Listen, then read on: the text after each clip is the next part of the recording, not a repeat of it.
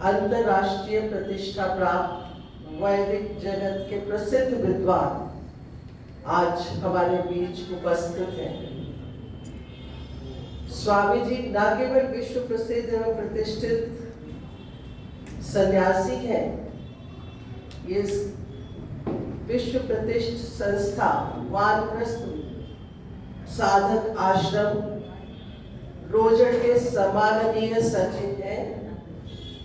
लगभग पिछले 27 वर्षों से विभिन्न संस्थानों में, उनमें से ऋषि उद्यान अजमेर, दर्शन योग महाविद्यालय, वानप्रस्थ साधक आश्रम रोजड़, इन सब में दर्शन शास्त्र, उपनिषद, संस्कृत व्याकरण, निरुक्त एवं मनुस्मृति आदि का अध्यापन कार्य करते आ रहे हैं। इसके अतिरिक्त आपने गृह सूत्र, श्रौत सूत्र, धर्म सूत्र आदि का अध्ययन भी ऑनलाइन करवाया है और आजकल भी ऑनलाइन के माध्यम से ही शतपथ ब्राह्मण का अध्यापन कर रहे हैं और सांख्य दर्शन का अध्यापन कार्य भी चल रहा है। इनकी कक्षाओं में विशेषता ये है कि न केवल भारतीय बल्कि विदेशों में से भी बहुत अधिक संख्या में जिज्ञासु इनकी कक्षाएं अटेंड करते हैं। अध्यापन के साथ साथ स्वामी जी पूरे भारत में और भारत में ही नहीं विदेशों में भी इन्होंने कई योग शिविर का आयोजन किया है। ऐसे महान और कर्तव्यनिष्ठ सन्यासी को अपने बीच आज उपस्थित जानकर हम सब बहुत सौभाग्यशाली स्वयं को अनुभव कर रहे हैं। स्वामी जी का हृदय से अभिनंदन और स्वागत करते हुए जोरदार ताली से उनका अभिवादन करेंगे और स्वामी जी से प्रार्थना करेंगे कि वो अपना आसन ग्रहण करें। आदरणीय स्वामी जी।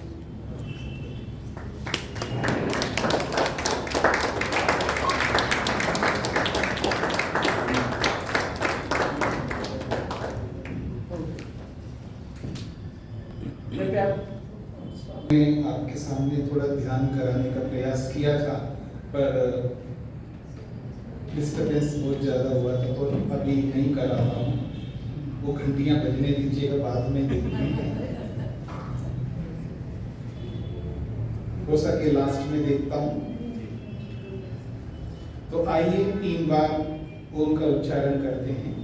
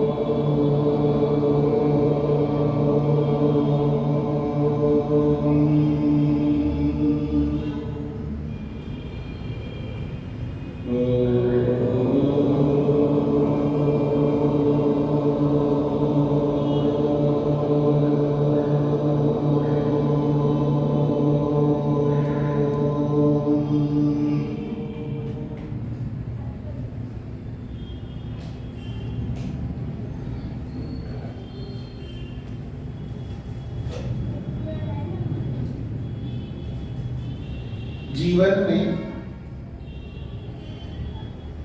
जीने की शैली को थोड़ा सा हमें बदलना चाहिए। वर्तमान में जो हमारे जीवन की जो शैली है, जिस प्रकार से चल रही है, उसको थोड़ा सा मॉडिफाई करना भी हमें आना चाहिए। परिवर्तन जो है मनुष्य का एक बहुत बड़ा वरदान है। वो अपने आप को बदलता रहता है। जैसे हम लोग अपडेट करते रहते हैं ना, अपने कंप्यूटर को अपडेट करते हैं, मोबाइल को अपडेट करते हैं, बहुत कुछ अपडेट करते हैं, लेकिन इंटरनली हम अपडेट करना बंद कर चुके हैं। बाहर से तो अपडेट करते हैं एक्सटर्नली, लेकिन इंटरनली अपने आप को अपडेट करना बहुत कम करते हैं।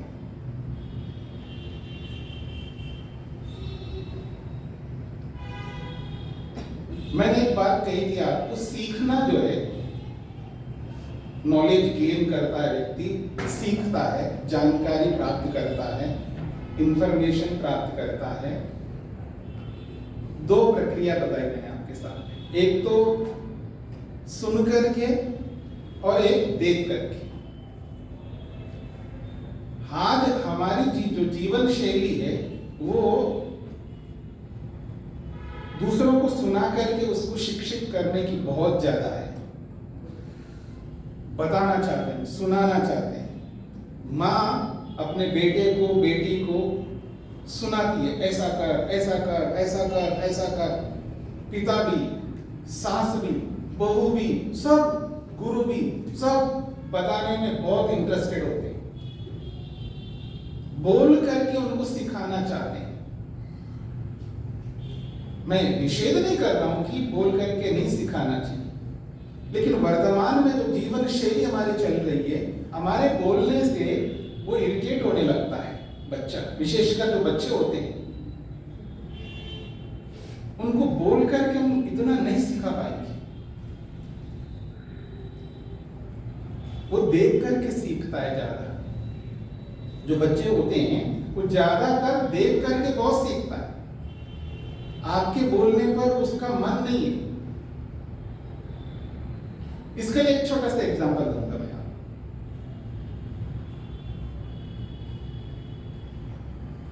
हमारे जो बच्चे हैं आज के वर्तमान में, जब हम उनसे पूछते हैं आपका आदर्श कौन है, आपका आइडियल कौन है, आपका हीरो कौन है, पता नहीं किस किस को बोलते रहते हैं। मैं ये नहीं कहना चाहता हूं वो बड़े लोग नहीं होंगे, अच्छी बातें होने भी चाहिए। कोई क्रिकेटर का नाम बोलता है, कोई किसी और का नाम बोलता है, कोई किसी का नाम बोलता है, कोई किसी का नाम बोलता है। विदेश के ऐसे ऐसे नाम हैं वो बच्चे लोग जानते, तो पता नहीं किस किस का नाम लेता, लेकिन मेरे को कोई एक बच्चा ऐसा नहीं मिला, कोई मेरे को एक ऐसी बच्ची, लड़की या लड़का नहीं मिले जो ये बोले मेरा जो हीरो है मेरी माँ है।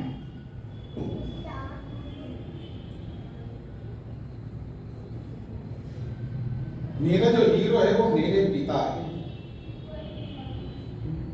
ये बच्चे मैंने सुना नहीं, होता होगा कोई बोलता होगा, क्योंकि मैं ऐसा तो है कि सारे बच्चे मेरे से मिलते हों, लेकिन अक्सर मैं देखता हूं कोई ऐसा बच्चा बच्ची नहीं मिले मेरे को जो ये बोले कि मेरा हीरो ये। और वो अपने मोबाइल में, अपने स्टडी रूम में, अपने स्टडी टेबल के ऊपर कहीं इधर उधर पता नहीं किस किस का फोटो टांगते हैं, क्योंकि उनके हीरोज हैं, उन्हें चाहिए, मैं मना नहीं कर रहा। लेकिन जिसने जन्म दिया वो उसके लिए हीरो हीरोइन नहीं।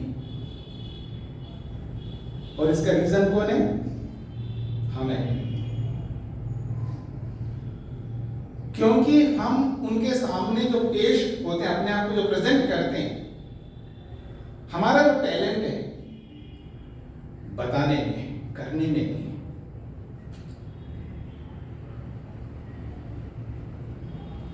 इसलिए वो पक चुके हैं वो बच्चे, मोटी भाषा में। आप लोगों में से कौन घर के अंदर चूल्हा जलाते होंगे? जलाते हैं आप में से कोई? चूल्हा का मतलब वो लकड़ी का नहीं, गैस जलाते होंगे, कुछ तो जलाते होंगे, कुछ तो बनाते होंगे ना। किससे जलाते हैं? अरे लाइटर, आजकल लाइटर नहीं, उसी को ऐसे ऐसे करते हैं तो ही अपने आप जल जाता है ना?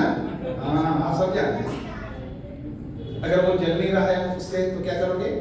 लाइटर जलाएंगे। लाइटर से, लाइटर भी काम ना करे तो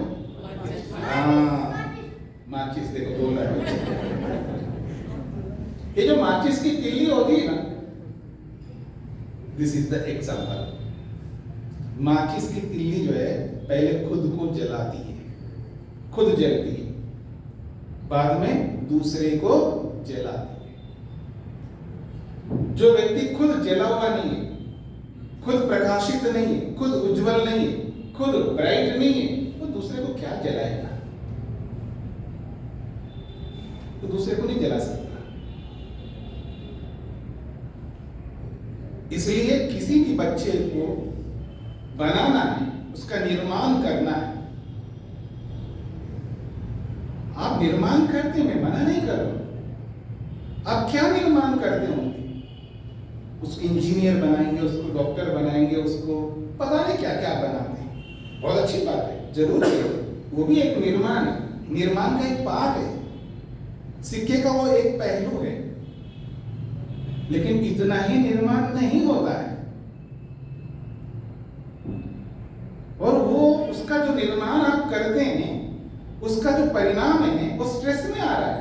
इतना पढ़ लिख कर, इतना सब कुछ करके वो स्ट्रेस में आता है, टेंशन करता है, दुखी रहता है, परेशान रहता है, इरिटेट होता रहता है, चिल्लाने लगता है, पता नहीं कब क्या क्या करने लगता है।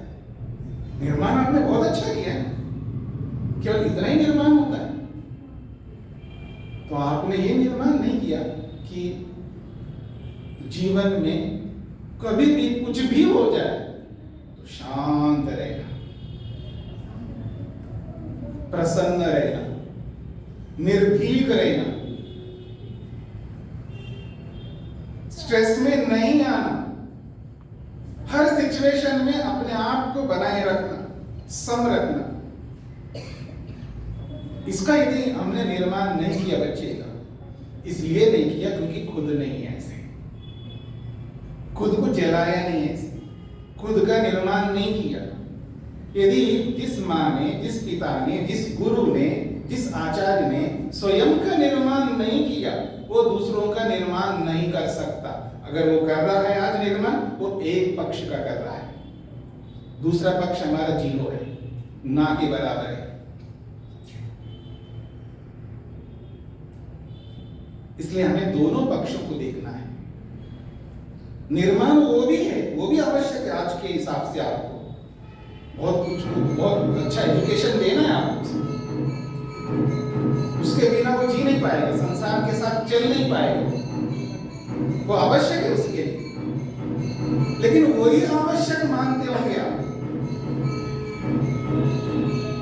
उसका जो पर्सनल लाइफ है, उसका जो जीवन है, इंटरनली उसका जो दुनिया है, वो बहुत ही खराब है। अंदर से वो बहुत रोगग्रस्त है, रोगी है वो अंदर से। बाहर से तो स्वस्थ है, लेकिन अंदर से रोगी है।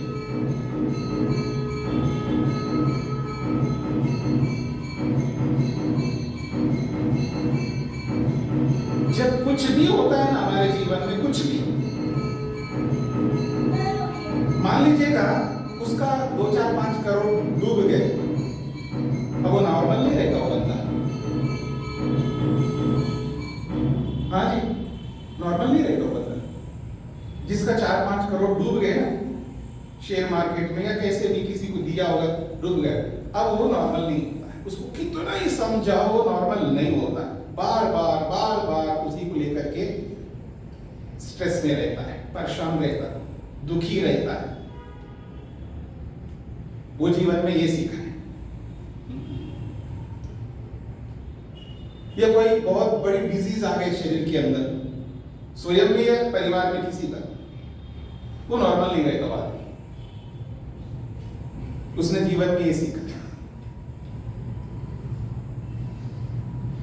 या पति में कुछ ऐसा देखा और उस पति के अंदर जो भी कुछ है वो कमी, और बहुत बड़ी कमी है, वो पत्नी नॉर्मल नहीं रहती है। ये पत्नी में वो बहुत कुछ ऐसा देखा पति ने, वो पति नॉर्मल नहीं रहता। हमने अपने जीवन में बहुत कुछ अचीव किया, लेकिन ये जो इंटरनल है, हमारा जो अंदर का जो जीवन है, लाइफ है, उसमें खुशी नहीं है, आनंद नहीं, तृप्ति नहीं, परेशान है आदमी, दुखी है। जीवन की जो शैली है जीने की,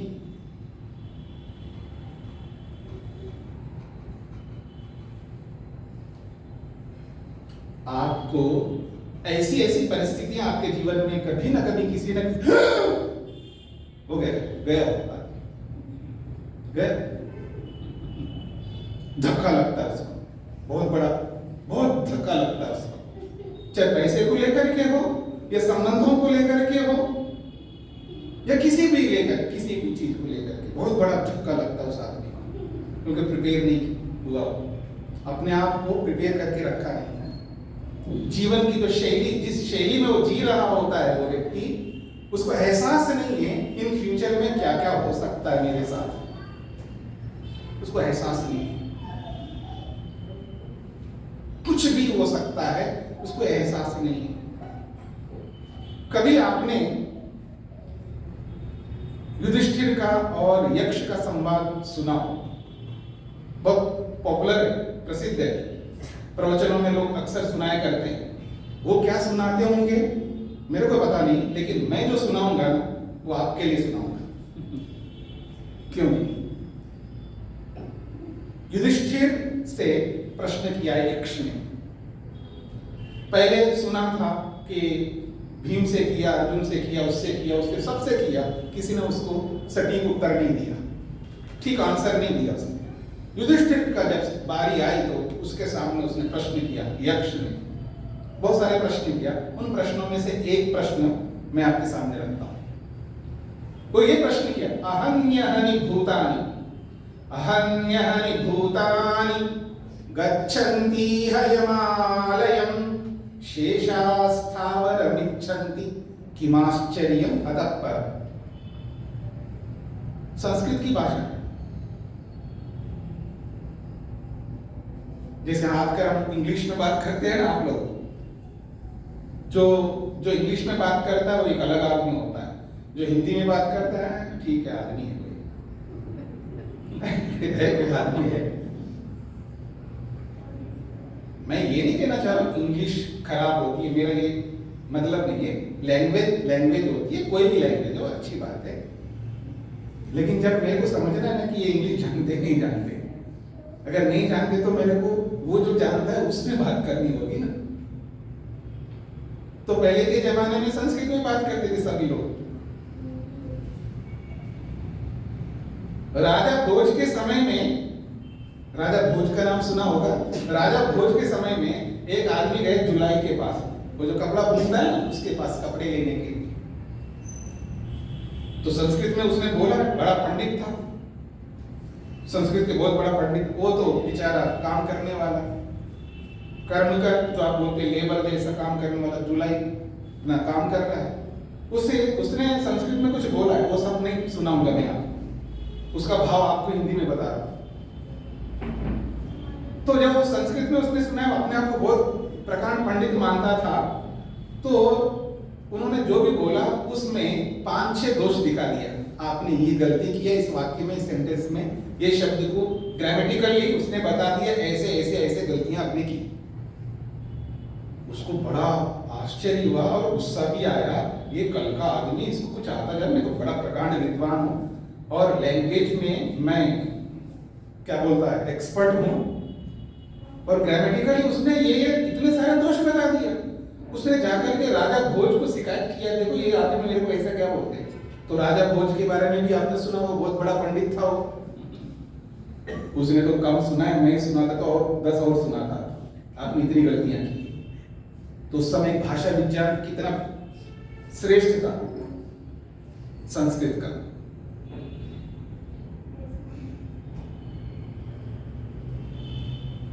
ये जो हमारी स्थिति है,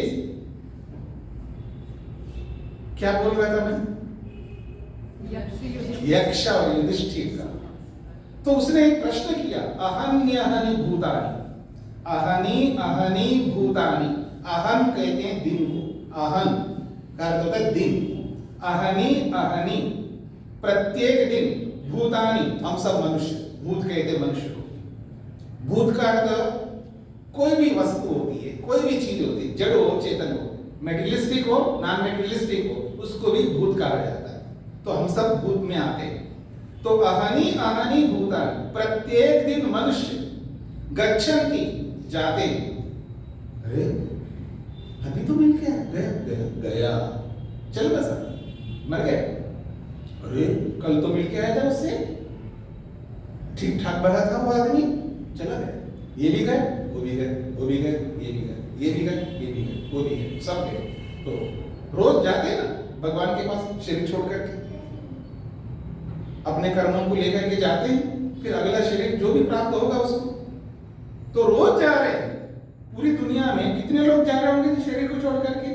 बहुत लोग जा रहे हैं, हर सेकंड में जा रहे हैं, बहुत लोग जा रहे हैं। तो हानि हानि प्रत्येक दिन ये मनुष्य शरीर को छोड़ करके जा रहे हैं अपने कर्मों को लेकर के। शेषा स्थावरम इच्छन्ति, वो कहते हैं ये भी गए, वो भी गए, वो भी गए, वो भी गए, वो भी गए, ये भी गए, मैं नहीं जाऊंगा, मैं नहीं जाऊंगा, क्योंकि मैं गया नहीं ना, तो मेरे को क्या फीलिंग है? मैं नहीं जा सकता, मैं नहीं मर सकता, मैं मरना नहीं चाहता। वैसे तो बोलते हैं ना आप लोग, हाँ जी एक दिन तो मरना ही पड़ेगा। जब स्मशान में जाते हो ना, क्या विवेक होता है आपको?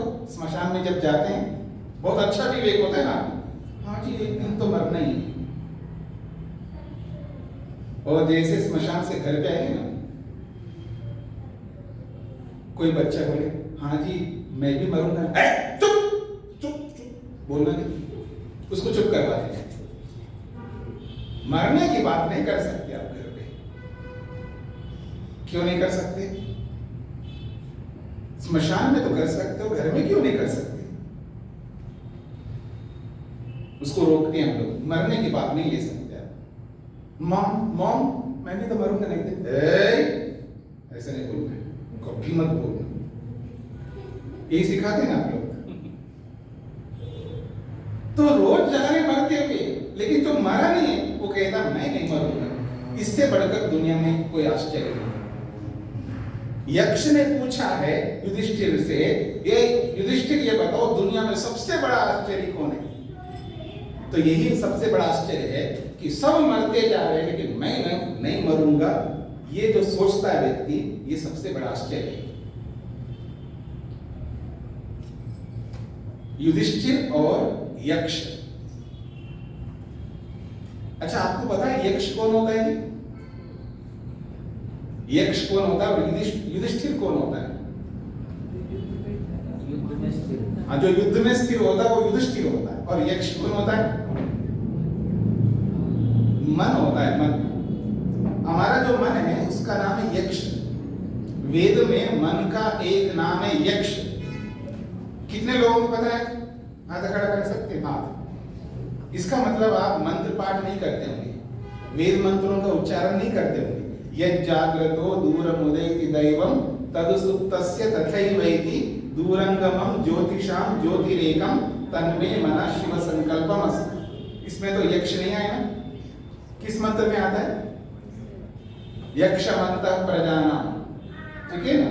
तो यक्षम अंतः प्रजानां, समस्त प्रजाओं के अंदर एक यक्ष बैठा हुआ जिसका नाम है मन। स्वामी दयानंद सरस्वती यक्ष शब्द का अर्थ करते हैं मन। ये जो हमारा मन है, मन ने आत्मा से पूछा, अपने आप से पूछा, मैं स्वयं से प्रश्न करता हूं, ये यक्ष, ये मन बताओ दुनिया में सबसे बड़ा आश्चर्य कौन है?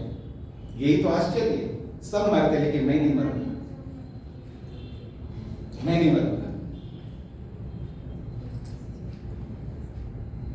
मैंने ये बात इसलिए कही है, इन फ्यूचर में, भविष्य में क्या क्या नहीं हो सकता, सब कुछ हो सकता है। एक्सीडेंट हो सकता है, नहीं हो सकता है? आप व्हीकल में बैठ के जाते नहीं जाते, कहीं ना कहीं एक्सीडेंट होता है ना? तो क्या मेरे जीवन में कोई नहीं चाहेगा मेरा एक्सीडेंट हो, लेकिन हो जाए तो आप क्या कर सकते हैं? आपके हाथ में तो है नहीं। एक्सीडेंट ना हो हर कोई चाहे, मैं भी चाहूंगा। जब मैं व्हीकल पे बैठ करके जाऊं तो मैं ये चाहूंगा कि मेरा एक्सीडेंट ना हो, हर कोई यही चाहे। लेकिन एक्सीडेंट तो होता है ना, किसका होता है वो एक अलग बात है, लेकिन हो सकता है, नहीं हो सकता है? हो सकता है। यदि कल को मेरे एक्सीडेंट हो जाए, मेरे दोनों पांव कट जाए पूरा यहां तक, और दोनों हाथ कट गए, ठीक है, यहां तक कट गए और ये भी कट गए, और कान काम नहीं कर रहे, अब सुन नहीं सकता, अब बोल भी नहीं सकता, जीभ भी बेकार हो गया, दिखाई नहीं दे सकता, आंखें भी खराब हो चुकी है, बस जी रहा, ऐसी परिस्थिति आ गई। और मेरे को उठा करके पटक दिए गए, कोई रोटी डालता है तो खा लिया, नहीं डालता है तो नहीं खाया। अभी तो आप सुन रहे हो ना मेरे को, कभी आपकी गाड़ी जा रही है और दिखाई दे पड़ा है बाबा जी, गाड़ी रोकोगे? रोकोगे? पूछोगे? ले जाओगे घर? खिलाओगे पिलाओगे? मैं तो उम्मीद नहीं कर सकता। कुछ भी हो सकता है। क्या उस कंडीशन में, उस स्थिति में मैं दुखी होता हूं? यदि होता हूं तो दुनिया में मैंने कुछ नहीं अचीव किया, कुछ भी अचीव नहीं किया, कोई उपलब्धि नहीं हुई मेरी। ये तो दुनिया है, नहीं पूछेगा, कोई पूछेगा अलग बात है, लेकिन अधिकांश नहीं पूछेंगे। तब मैं दुखी होता हूं। यदि होता हूं तो फिर मैं आदमी क्या होगा, क्या सीखा है दुनिया में आकर के? मैं मस्त रहूंगा, शांत रहूंगा, कोई रोटी डालेगा तो खाऊंगा, नहीं डालेगा तो कोई बात नहीं, सब स्वतंत्र है अपनी इच्छा से, कोई शिकायत नहीं करूंगा। देखो मैंने इतना पढ़ा है, ये किया वो किया, देखो ये मेरे को देख करके मुंह फेर करके जा रहे हैं, कुछ नहीं। क्या ऐसी स्थिति आ सकती है? बिल्कुल आ सकती है। यदि आ जाए तो मैं घबराऊंगा। तो इन फ्यूचर में क्या क्या हो सकता है आपके साथ में, पहले से ही आदमी जान करके प्रिपेयर होकर के रखता है अपने आप को, तो उसको कष्ट नहीं होता है, उसको दुख नहीं होता है, उसको पीड़ा नहीं होती है, उसको अशांति नहीं होती, उसको कोई स्ट्रेस नहीं होता है। आपने आज जो भी पहन करके आए ना कपड़े, आप लोग, आपको पता है जब ये आउटडेटेड हो जाए ना, हटाएंगे, नया ले लेंगे, आपको पहले से पता है। और मेरा आउटडेटेड नहीं होता है, जब तक ये पुराना नहीं होता है, जब तक फटने नहीं लगता है, तब तक मैं पहनूंगा इसको। लेकिन आपके कपड़े तो है, अच्छे है तो भी आउटडेटेड हो जाते हैं, फिर आप हटाते, आपको पता है, आप उसको हटाएंगे, आप कोई रोएंगे नहीं, यार इतना महंगा था, कोई बात नहीं, नया आ जाएगा। जब मोबाइल रखते हो ना, 1 साल हो गया, 2 साल हो गया, 3 साल हो गया, 4 साल हो गया, मैं बच्चों की बात नहीं कर रहा हूँ, वो तो हर साल बदलते होंगे, मैं आपकी बात कर रहा हूँ। 4 साल हो गए, 5 साल हो गया, बहुत हो गए, 6 साल हो गए, बहुत हो गया, तो बहुत काम आ गए। 7 साल हो गया, किसी के पास है 7 साल का फोन? देखो हाथ खड़ा है। किसी के पास 10 साल का फोन है? 10 साल का? क्या अपडेट नहीं करते क्या अपने आप को? अगर वो 10 साल हो गया, फिर वो फोन खराब हो गया, उसको खुशी होती है इंसान। देखो सब लोग 1 साल में, 2 साल में, 4 साल में बदलते, 5 साल में, देखो मैं 10 साल तक चलाई इसको, उसको खुशी होती, और नए के लिए और ज्यादा खुशी होती, उसको पता है पहले से। तो जिसके बारे में हमें नॉलेज होता है, इंफॉर्मेशन होता है, ये चीज क्या है, कब तक रह सकती है और कब इसको हटाना होता है, जिसके बारे में पहले से पता रहता है, उसके बारे में उसको कष्ट नहीं होता, दुख नहीं होता है। मान लीजिए आज ही आपने बिल्कुल नया iPhone 16 ले आए, आज खरीद के लाए, और अगले दिन जो है गिर गया, कुछ ऐसा हो गया, खराब हो गया, ठीक नहीं हो पाएगा, बड़ा दुख होता होगा ना। क्या है, बिल्कुल एकदम 16 है, और वो भी क्या बोलते हैं आप, फर्स्ट मॉडल है, बहुत महंगा है, इतने जीबी का, खराब है, परेशान हो गए, क्योंकि उसने सोचा नहीं है कि ये खरीदने के 1 घंटे के बाद भी इसमें कुछ भी हो सकता है। उसने सोचा नहीं है, इसलिए उसको दुख होता है। अगर ये सोच करके ले लेते समय, आज अभी तो ले रहा हूं लेकिन घर जाते जाते बीच में भी कुछ हो जाएगा, ये खराब हो सकता है, अगर हो जाए, मेरे को पता है ना पहले से हो सकता है, अगर हो गया उसको कष्ट नहीं होता है, उसको दुख नहीं होता, उसको पहले से पता। जिसके बारे में पहले से पता होता है उसको कष्ट नहीं होता है। अगर होता है तो नासमझ है लेकिन फिर भी कम कष्ट होगा उसको पहले से पता है कि खराब हो सकता है, फिर हो गया, अगर वो ज्यादा समझदार नहीं है फिर भी उसको कम दुख होगा। और जो समझदार मानता है अपने आप को, उसने सोचा नहीं है और उसका ऐसा हो जाए, उसको ज्यादा दुख होता है। तो ज्यादा दुख लेना अच्छा है, कम दुख लेना अच्छा है। तो एक संस्कृत में कहावत है, अर्धम त्यजति पंडिता। जब सब नाश होने लग रहा है ना, तो जितना गया गया, जितना वो बचा सकता बचा लेता है। तो इन फ्यूचर में, भविष्य में सब कुछ हो सकता है। मैं मर सकता हूं, घर पे भी कोई मर सकता है, जो भी आपने जमा पूंजी किया डूब सकता है, कुछ भी हो सकता है। हो ऐसा हम कोई नहीं चाहेंगे, लेकिन हो गया तो हो गया, कोई बात नहीं, और आगे बढ़ो। भगवान ने आपको बुद्धि दी ना, बहुत अच्छी बुद्धि दी।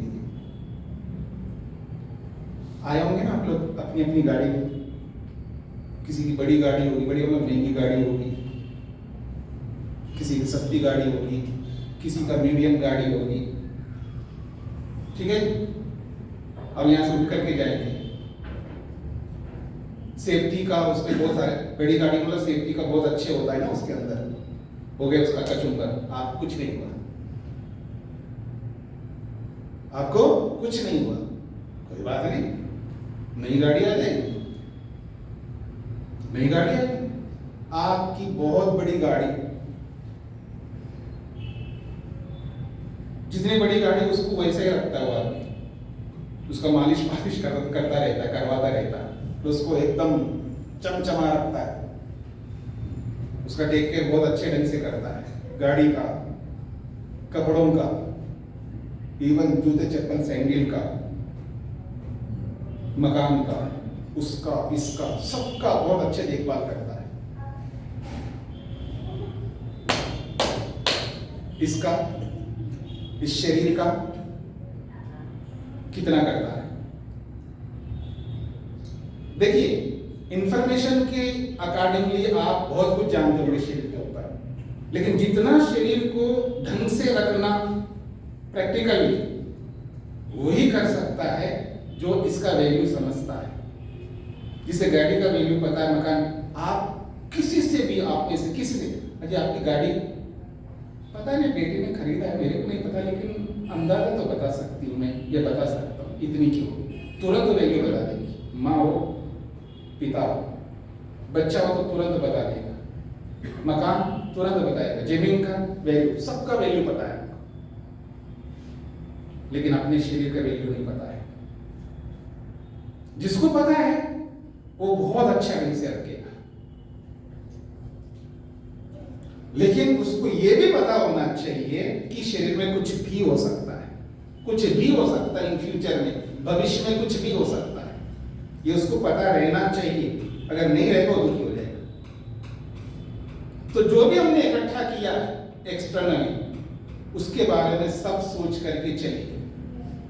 तो ये नेगेटिविटी तो नहीं है, ऐसा तो नहीं सोचना चाहिए ये हो सकता है। नेगेटिविटी की बात में यथार्थता है। देखिए, केवल आप पॉजिटिविटी में नहीं रह सकते, केवल सकारात्मक में ही नहीं जी नहीं सकते, आपको दोनों को साथ में रख करके चलना चाहिए, प्लस माइनस दोनों को साथ में रखना चाहिए आपको। जो व्यक्ति दोनों को साथ में रख करके चलता है वो बैलेंस में रहता है। केवल उसको बोला जाता है जो केवल नकारात्मक जीवन जी रहा होता है कोई, जैसे आजकल के जो मोटिवेटर होते हैं ना, वो उस व्यक्ति के लिए मोटिवेट करते, देखो नकारात्मकता को हटा दो, कभी भी ऐसा मत सोचो, उसके लिए बोला जाता है जो अपने जीवन को बहुत बेकार कर रखा है, मेंटली बहुत सिक है वो आदमी, बहुत ही हीन भावना में चला गया, उसके जीवन में सब नकारात्मकता ही दिखाई देती है, उस व्यक्ति के लिए बोला जाता है पॉजिटिव रहो। आप तो नॉर्मल हो।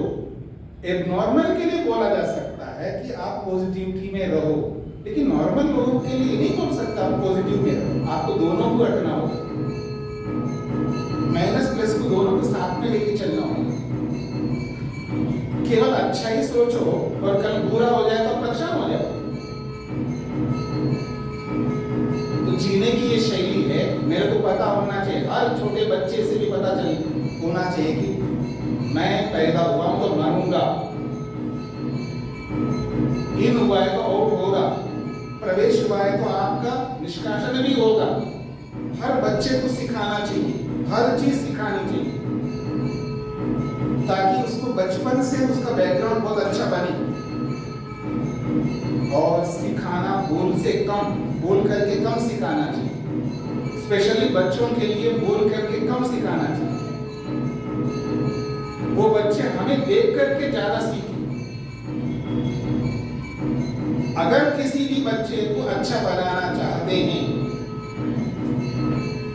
तो उनको अच्छा बनाने से पहले हमें अच्छा बनना होगा, अपने आप को बदलना होगा। बच्चे के लिए दो कपल है, लड़ते जा रहे हैं, तलाक लेने लग रहे हैं, लेकिन बच्चा आ गया उसके पीछे। फिर वो बच्चे को देख के क्या करते हैं? नहीं, चलो नहीं लेते तलाक। बच्चे के लिए, किसके लिए कर रहे हैं? बच्चे के लिए। तो आप ऐसे ऐसे डिसीजन लेते हैं बच्चों के लिए, तो ये भी लो ना, बच्चे का निर्माण करना है। हर एंगल से, हर दृष्टि से, हर क्षेत्र से उसका विकास करना है। तो आपको अपने आप को बदलना होगा। जो आप बच्चे को बनाना चाहते हैं वो आपके पास होना चाहिए।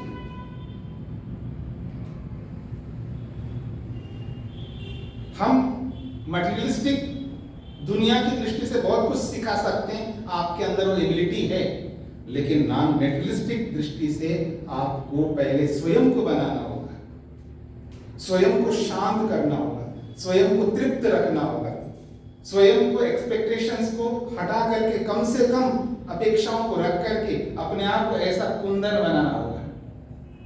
अभी बोल रही थी ना बहन जी, मेरे जीवन कुंदन। कुंदन समझते हैं?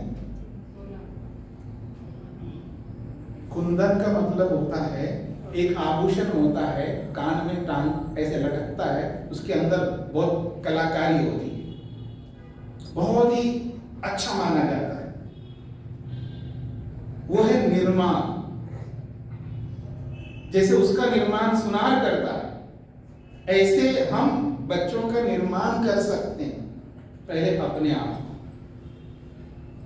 देखो बेटा, टीवी मत देखना। एक एग्जांपल छोटा सा, टीवी मत देखना। और जब आप भी तो देखते हो ना, आप भी तो देखते हो, वो बोलूंगी बच्चा देख रहा है आपको। अगर उसको टीवी से हटाना हो तो आपको टीवी नहीं देखना। अब नहीं जी, मैं अपना काम, उसको नहीं पता आप क्या काम करते टीवी में, ये लैपटॉप में आप क्या काम करते, उसको वो इतना नॉलेज नहीं, वो बच्चा है। अगर उस बच्चे को वो टैब से, लैपटॉप से या उस मोबाइल से, उस वीडियो गेम से हटाना है, तो उसके सामने आपका बंद रहना चाहिए। फिर काम कैसे करूं? उसके सामने थोड़ा काम करना होता है, आप उसके लिए समय दो ना, आप बच्चे के लिए समय दीजिए ना। अगर आपको काम करना, आउट, बाहर जाओ, बाहर जाके काम करो। नहीं जी, कमरा बंद करके वो देखेगा, कमरा खुलवाएगा, परेशान करेगा, देखेगा आप क्या कर रहे हो। तो जो काम बच्चे से करवाना चाहते हो, वो काम आप कर रहे हो, तो आप उससे नहीं करवा सकते। अब ऐसे बेटा ऐसा नहीं बोलना, तो तुरंत बोला, आप भी तो बोलते हो ना।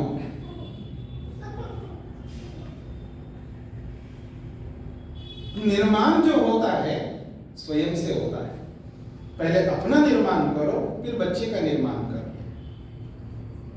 स्वयं का निर्माण नहीं किया, बच्चे का निर्माण हम नहीं कर सकते। कोई कहते देखो मेरा हो गया, सो हो गया, अब तो मेरा क्या होगा? क्यों नहीं होगा जी? अब आदमी हो, आप जी रहे हो, आपका क्यों नहीं हो सकता? नहीं जी मेरा चला गया, अब मैं तो ऐसा हो गया हूँ, अब मेरा क्या होना है, अब तुम्हारा है, इसलिए हमने भोगा है, भुक्त भोगी हूँ मैंने देख लिया बहुत गलत हुआ मेरे साथ, लेकिन इसलिए मैं बता रहा हूँ बेटा, आपको वो नहीं सुनेगा आपकी बात। आपका मरते समय भी कुछ हो सकता है कि कल मरना है, आज भी बहुत कुछ कर सकते हैं। ये मत सोचना, ये मत बोलना कि मेरा तो हो गया, जब मेरा कुछ नहीं होगा इसलिए तुमको बोल रहा हूं, ऐसा नहीं बोल सकते। आपको बनना होगा। जो जो हम अपने बच्चों को करना चाहते हैं, करवाना चाहते हैं, उनका निर्माण जिस प्रकार का भी करना चाहते हैं, वो निर्माण पहले हमारा होना चाहिए। हमें देख करके बच्चा चले। आप माँ किस बात के हो, आप पिता किस बात के हो, आप गुरु किस बात के हो, जो आपको आइडल नहीं बना सकता हो, आपको आदर्श नहीं बना सकता हो, तो आपने कुछ नहीं किया, कोई अचीवमेंट नहीं है आपका। आप अपने आप को ऐसा बनाइए ताकि वो आप दिखे उसके लिए, आपको आदर्श बना करके वो चले आए। उसको इतना विश्वास होना चाहिए, इतना आत्मविश्वास होना चाहिए। निर्माण का मतलब ऐसे नहीं होता आप कुछ भी करो, कभी भी सो, कभी भी उठो, कुछ भी खा लो, कैसे भी जियो, कैसे भी पति के साथ व्यवहार करो, कैसे भी पत्नी के साथ व्यवहार करो, कैसे भी सास के साथ, बहू के साथ, किसी के साथ कुछ भी करते रहो, और बच्चे का बहुत अच्छा निर्माण करना चाहिए, बिल्कुल नहीं कर सकते। एक्सटर्नली निर्माण की बात नहीं कर रहा था, इंजीनियर बनाना, डॉक्टर बनाना, ये बनो, बिजनेसमैन बनाना, ये सब बना दो यार, ये टैलेंट आपके पास है। वो निर्माण तो आप मैं ना भी कहूं तो भी करेंगे, लेकिन वो एक अलग प्रकार का निर्माण है। लेकिन अंदर का जो निर्माण है वो आपको ज्यादा आवश्यक है। जब व्यक्ति अंदर से मजबूत होता है उसको कभी भी परेशानी नहीं। ये जो इंजीनियर किस लिए बनता है, डॉक्टर किस लिए बनता है, या बिजनेसमैन क्यों बनता है, इतना पैसा क्यों इकट्ठा करता है, जो कुछ भी करता है वो किसके लिए करता है? आत्मा के लिए तो करता है, स्वयं के लिए तो करता है, अपने आप को सुखी बनाने के लिए तो करता है, अपने आप को तृप्त करने के लिए तो करता है, अपने आप को एंजॉय से, आनंद से युक्त करने के लिए तो करता है। तो जिसके लिए सब कर रहे वो ही ना हो रहा हो तो ये करना व्यर्थ हो गया, ये सब बेकार है। ऐसा नहीं होना चाहिए।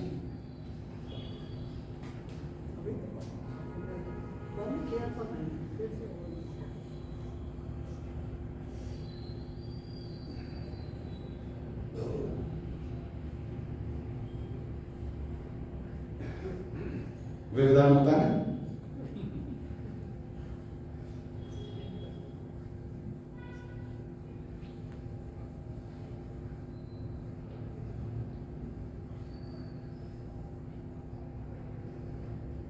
ये एक एग्जाम्पल है। मनुष्य एक ऐसा प्राणी है जिसको सीखना पड़ता है हर फील्ड में, हर फील्ड में। जिस फील्ड में हम नहीं सीखे उस फील्ड में हम महामूर्ख रहेंगे। और जीवन में जीने के लिए बहुत सारे क्षेत्र हैं जिसमें हमको सीखना होता है, और सीखने में कभी पीछे नहीं रहना चाहिए।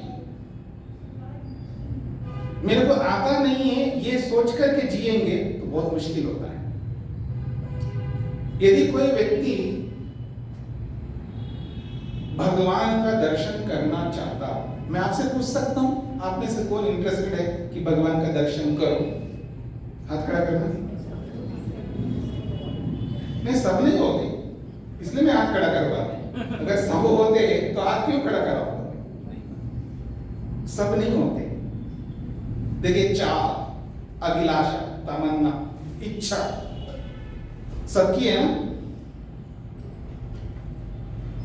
इच्छा बहुत इजी है, सरल है इच्छा पैदा करना, क्योंकि आत्मा का नेचर है, इच्छा आत्मा का स्वभाव है। ये जो इच्छा है, ये जो तमन्ना है, ये जो अभिलाषा है, ये आत्मा का स्वरूप है। आत्मा से इच्छा को अलग कभी नहीं कर सकते आप, पर उस इच्छा की पूर्ति पुरुषार्थ से होती है।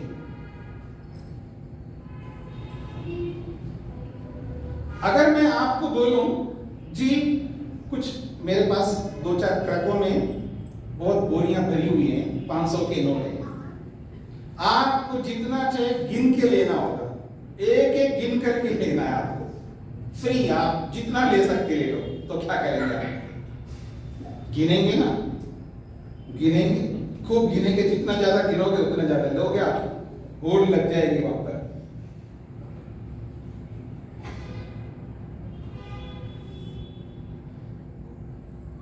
ये जो चाह है कुछ पाने के लिए, चाहे पैसा पाने का हो, चाहे बहुत अच्छा सुख संसार का, चाहे वो गाड़ी का सुख हो, चाहे मकान का सुख हो, चाहे कपड़ों का सुख है, जो जूते चप्पल का सुख हो, जो सुबह बोला था हैंड बैग का सुख हो, किसी का भी सुख लेना होगा,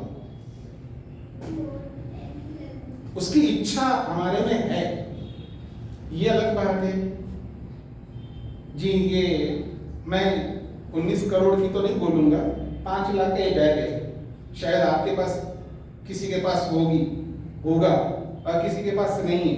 अगर उनको कहे उनका बेटा या पति या उनका कोई भी अपना चाहने वाले, आपको ये बैग देना चाहता हूँ गिफ्ट, तो आप लेंगे नहीं लेंगे?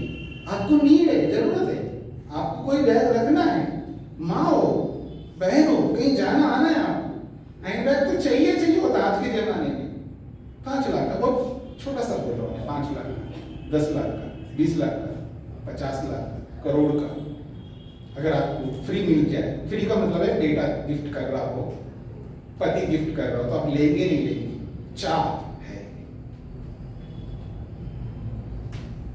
ये जो चाह अभिलाषा है, मैं महर्षि पतंजलि के शब्दों में बोलता हूं, भगवान किसको मिलता है?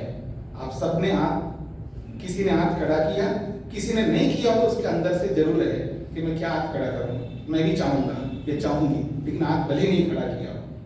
मिल रहा है भगवान, दर्शन दे रहा है, तो कौन नहीं करेगा? ये जो चाह है, तो दुनिया में बहुत सारी चीजें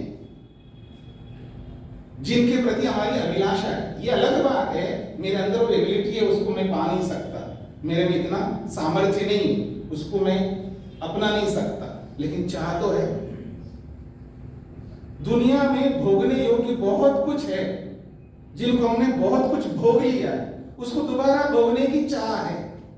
आज तक आपने जो भी भोगा का मतलब है, चाहे रूप का सुख हो, बहुत रूप का सुख लिया आपने, बहुत गंध का सुख लिया आपने, बहुत ही रस का सुख लिया आपने, और बहुत ही शब्द का भी सुख लिया है, और स्पर्श का भी सुख लिया होगा।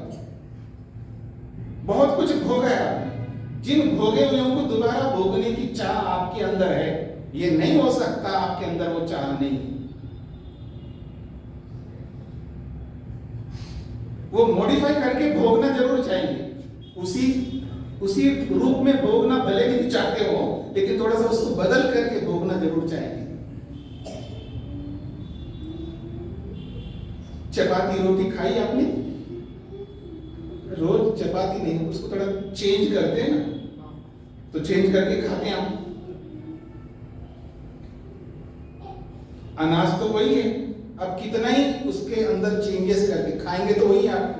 तो जिसको आपने भोगा है, उसको दोबारा भोगने की चाह है, और सभी में होगी, सभी में होगी।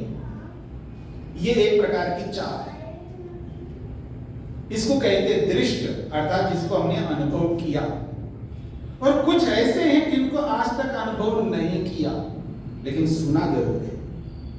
जिनके बारे में नहीं सुना वो अलग बात है, लेकिन जिन के बारे में हमने सुना है, काश वो दिन आ जाए, उसको भोग सकूं।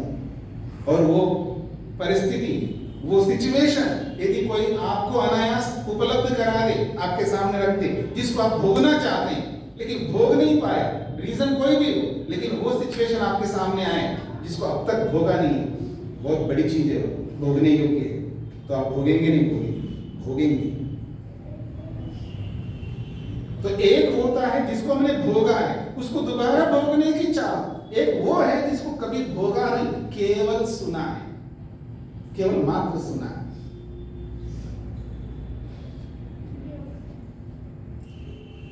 आप में से कोई अंतरिक्ष में गए? ऊपर?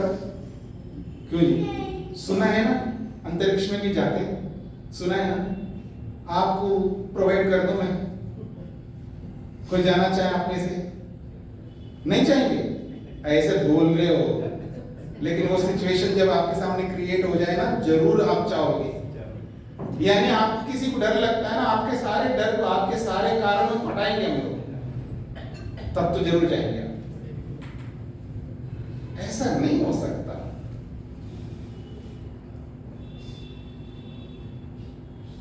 वो जो क्या बोलते हैं जी, अभी जो अंबानी का एक बेटा है जिसकी शादी हुई अभी अभी रिसेंटली, वो अपनी पत्नी को लेकर के एक जगह पर गया था, एक होटल जहां भी था वो, और उसका एक दिन का जो खर्चा बताया, इतना जो नहीं बताया। आपको ले जाऊं मैं तो आप चलेंगे? चलेंगे? आपको कुछ नहीं करना। आप माता जी है, इनको चलने में, आने में, जाने में परेशानी, वो सारी परेशानी को हटाऊंगा मैं, तभी नहीं जाएंगे? ये आपको लगता है ऐसा? मैं नहीं ले जा रहा हूँ, आपका बेटा ले जा रहा है, कोई भी ले जा रहा है, कोई बात नहीं, कोई बात नहीं। आप नहीं तो दूसरे तो है ना। लेकिन कोई और चीज बताऊंगा जो आपकी पसंद का हो। आपकी कोई पसंद नहीं तो यहाँ क्यों बैठे थे आप? कोई तो पसंद है ना, ये तो पसंद है ना। तो ऐसा कोई आदमी नहीं दुनिया में जिसको कोई चीज पसंद ना हो। अब विकल्प में मन मत ले रहा है। आदमी का एक बहुत बड़ा बुरी आदत है, वो अपने माइंड को विकल्प में लगाता है, ऑप्शन में लगाता है। वो कभी भी उन्नत नहीं हो सकता। यदि आगे बढ़ना है, उसको विकल्प नहीं रखना, ऑप्शन नहीं रखना है, करो या मरो, यही एक रास्ता है। आप सुनते हैं ना, नान्य पंथा विद्यते अयनाय, एक ही रास्ता है, तो वहां विकल्प ही नहीं, आपको करना ही होगा। फिर आप ये बहाने नहीं बना सकते। इसलिए अपने माइंड को विकल्पों में मत लगाइए। यथार्थ में अपने धरातल पर रहिए। आदमी को इंटरनली अपने आप को कई बार देखना नहीं आता, क्योंकि उसने देखने का प्रयास नहीं किया होगा। जब हम अंदर से अपने आप को देखेंगे तो हमारी इच्छा अपने आप सामने आ जाएगी। तो महर्षि पतंजलि कहते हैं, एक जिसको हमने भोगा है उसको दोबारा भोगने की चाह है।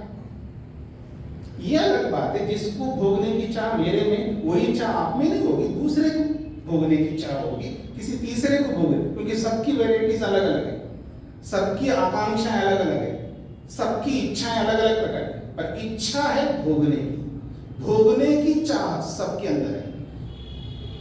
वो वस्तु जिसको भोगा जाएगा वो अलग अलग हो सकता है, लेकिन भोगने की चाह सभी में है। और जिसको भोगा है उसको दोबारा भोगने की चाह यदि नहीं है आप में से, तो आप आदमी नहीं कहलाएंगे।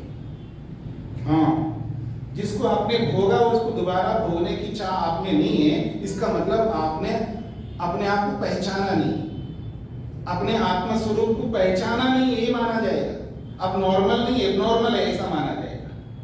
एक बात है, जिसको हमने भोगा उसको भोगने की चाह।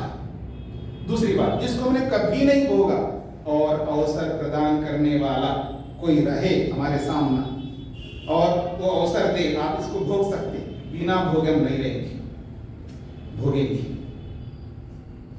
ये दो चाह है, जिसको भोगा नहीं उसकी भोगने की चाह है, और जिसको भोगा है उसको दोबारा भोगने की चाह। ये दो चाह हमारे अंदर, सबके अंदर होता है, ऐसा महर्षि पतंजलि कहते हैं।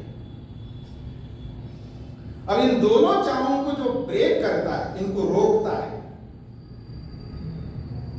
वो एबल बनता है, समर्थ बनता है, ईश्वर दर्शन करने का अधिकारी बनता है। जिसको हमने आज तक जो जो भोगा है उसको दोबारा भोगने की चाह को, उस तमन्ना को, उसकी इच्छा को, उस अभिलाषा को बिल्कुल रोक दे, हटा दे। पॉसिबल नहीं है, लेकिन मेहनत करके पॉसिबल बनाया जा सकता है। पॉसिबल नहीं मतलब आज नहीं है, लेकिन एक दिन आएगा उसको संभव बना सकते हैं। ये असंभव वाली बात नहीं, संभव वाली बात है। संभव को ही संभव करते हैं, असंभव हमेशा संभव रहता है। हाँ, ये हो सकता है आपको असंभव सा लगता होगा, लेकिन वो संभव है। एक तो ये स्थिति, जिसको हमने भोगा उसको दोबारा भोगने की चाह समाप्त करना है, ये एक स्थिति है। जिसको आज तक कभी भोगा नहीं लेकिन भोगने की चाह है और उस चाह को भी समाप्त करना है, वो अधिकारी बनता है भगवान का दर्शन करने का। और महर्षि पतंजलि की भाषा में मैं बोलूं, दृष्ट और आनुश्रविक, इन दोनों के प्रति हमारी तृष्णा बहुत है। हमारी तृष्णा, हमारी अभिलाषा, हमारी आकांक्षा बहुत कूट कूट करके रोम रोम में बसी हुई है। वो तृष्णा, उसको जो रोकता है वो उसका अधिकारी बनता है।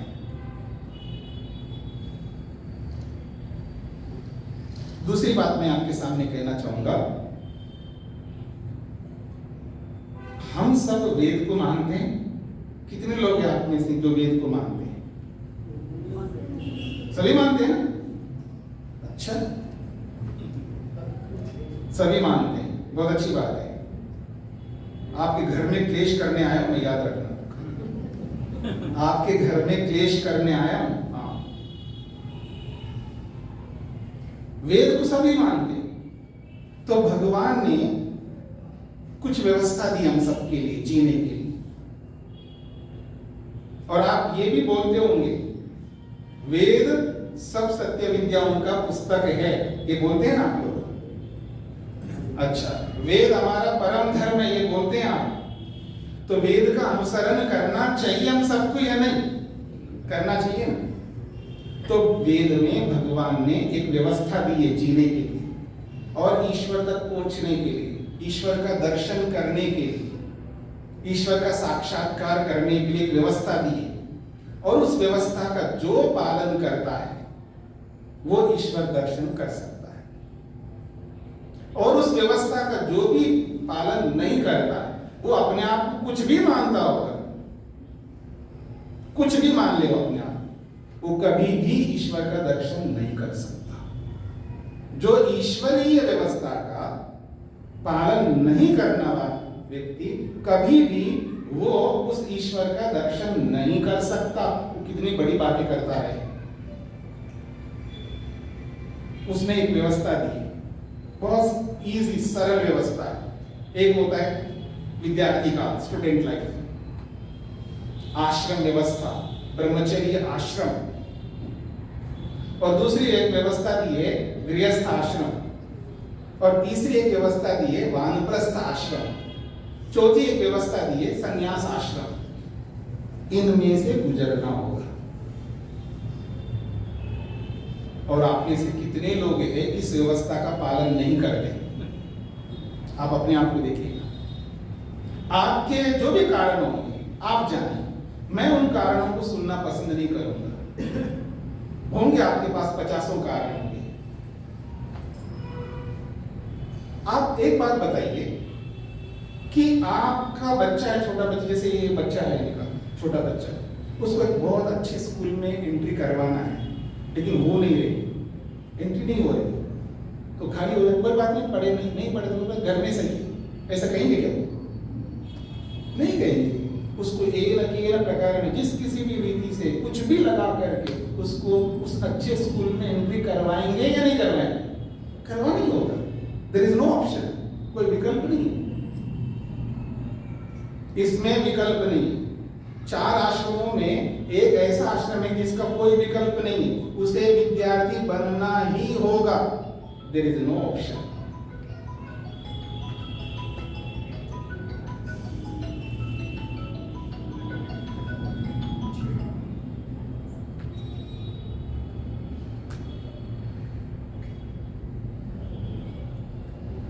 इसको कहते हैं नियमों का पालन न करना।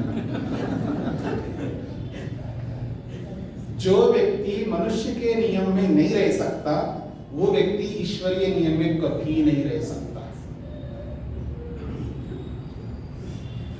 कोई व्यक्ति छोटा सा काम नहीं कर सकता तो बहुत बड़ा काम कभी नहीं कर सकता। हमें सिस्टमेटिकली चलना पड़ता है। पहले अपने व्यक्ति की बात मानो जो आपके निकट का व्यक्ति है। जो व्यक्ति पति की बात नहीं मानती वो भगवान को कभी नहीं मान सकती, बशर्ते वो पति भगवान के अकॉर्डिंग बोलता हो तो। हाँ, ऐसा नहीं है कुछ भी बोले और वो माने पत्नी, ये मेरा मतलब नहीं है। अगर कोई व्यक्ति पत्नी की बात नहीं मानता हो वो कभी भगवान को नहीं पा सकता, बशर्ते वो पत्नी भगवान के अकॉर्डिंग बोले। अपने अकॉर्डिंगली भी जो सिद्धांत है, जो कानून है, जो भगवान का, उसके अकॉर्डिंग अगर पति बोले, अगर वो पत्नी नहीं करती है वो वास्तव में कभी भी भगवान को नहीं पा सकती। न वो पति पा सकता है, न वो पत्नी पा सकती है, न वो सन्यासी पा सकता है, वो कोई भी नहीं पा सकता है। वो केवल आपके लिए नियम नहीं, रूल इज रूल, सबके लिए एक है। जो ईश्वरीय संविधान को जो मानेगा, क्योंकि उसको शरीर मिला ईश्वरीय संविधान के अकॉर्डिंगली, ईश्वरीय की व्यवस्था के अनुसार ही उसको मनुष्य बना है। उसके कर्मों के अनुसार भगवान ने उसको मनुष्य शरीर दिया है, उस मनुष्य के लिए संसार बनाया, उसने सारी व्यवस्थाएं दी है हम सब के लिए, सब कुछ किया हमारे लिए। और उसकी व्यवस्था का जो भंग करता है वो कभी भी ईश्वर को नहीं पा सकता। वो सन्यासी हो, चाहे वो गृहस्थी हो, चाहे कोई अस्थि हो। तो हम सबको आश्रम व्यवस्था का पालन करना होगा। तो गृहस्थ आश्रम दूसरा है, विद्यार्थी ब्रह्मचर्य आश्रम है, उसमें सभी को अनिवार्य उसको ब्रह्मचारी बनना होगा। इट मींस उसको विद्यार्थी बनना होगा, देयर इज नो ऑप्शन, विकल्प ही नहीं। अब आया गृहस्थ आश्रम। गृहस्थ आश्रम अनिवार्य नहीं है, कंपलसरी नहीं है, यहां ऑप्शन है, यह विकल्प है। कौन व्यक्ति गृहस्थ में जा सकता है? जो अधिकारी हो, जो गृहस्थ आश्रम में जाने के लिए जो अधिकार दिए गए, जो नियम दिए गए, उनके अकॉर्डिंग जीता है, वही गृहस्थ आश्रम में जा सकता है। अगर उनका वो पालन नहीं करता तो गृहस्थ आश्रम में जाने के लायक नहीं। यह वेद का सिद्धांत है।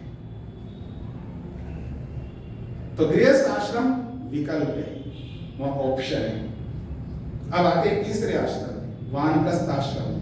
देयर इज नो ऑप्शन, कोई विकल्प नहीं। जैसे विद्यार्थी के लिए ऑप्शन नहीं है, ऐसे ही प्रत्येक गृहस्थी के लिए अनिवार्य नियम है उसको वानप्रस्थ आश्रम में प्रवेश करना। अगर वो नहीं करता है वो ईश्वरीय व्यवस्था का पालन नहीं करता है।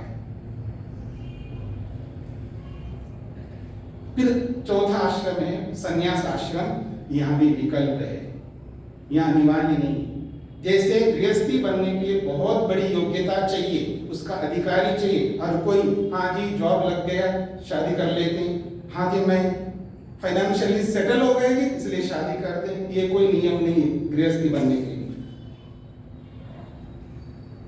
वो भी कारण हो सकते हैं आपकी दृष्टि से, उसके अलावा बहुत सारे कारण हैं गृहस्थ बनने के।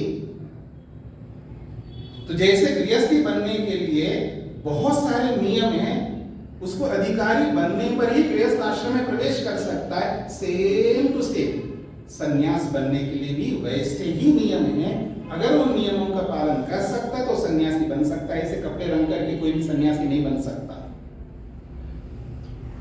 दो आश्रम अनिवार्य, ब्रह्मचर्य आश्रम और वानप्रस्थ आश्रम, और दो आश्रम विकल्प है। अधिकारी होने पर जाएंगे उसमें, अगर अधिकार नहीं मिला तो तब तक रहो, अधिकारी बनो फिर उसमें एंट्री करो।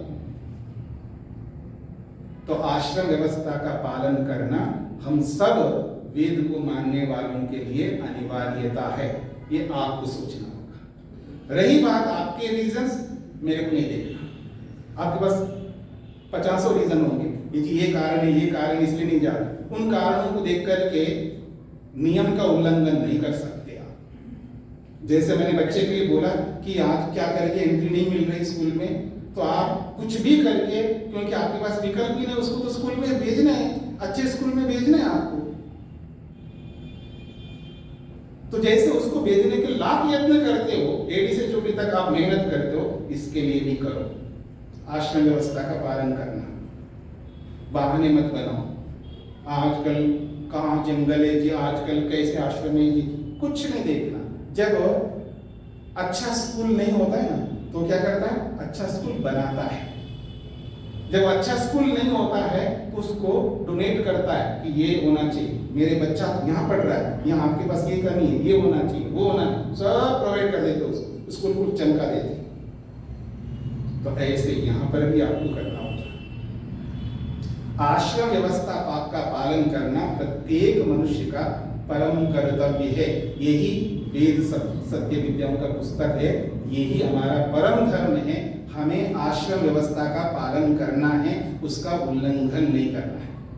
और उसका उल्लंघन करते हुए आप कितने ही भजन करते रहिए, दिखाते रहिए दुनिया को, लेकिन भगवान आपको देख नहीं सकता। एक कारण बताया मैंने आपके साथ, वेद के अनुसार हमारा जीवन कैसा हो, ये उसका एक सबसे बड़ा कारण है। हमें आश्रम व्यवस्था का पालन करना है। अब उस आश्रम व्यवस्था में बहुत सारे कर्म होंगे, ये अलग बात है। सारे कर्म हम कर नहीं सकते तो कोई बात नहीं, जितना कर सकते करो ना। मैं ये दावा नहीं कर रहा हूं कि मैं संन्यास आश्रम के सारे कर्तव्यों का पालन कर रहा हूं, मैं नहीं कर रहा हूं।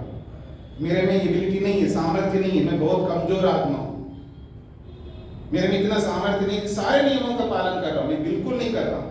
जितना कर सकता हूं कर रहा हूं, और मैं टारगेट बना करके चल रहा हूं। मैं एक दिन आएगा इसको भरूंगा, एक दिन आएगा, मैं ऐसे स्टेप बाय स्टेप जितना मेरा सामर्थ्य अपने आप को झोंक रहा हूं। एक दिन आएगा मेरे जीवन में मैं सारे नियमों का पालन करूंगा, ये मेरा टारगेट है। ऐसा आपका भी होना चाहिए।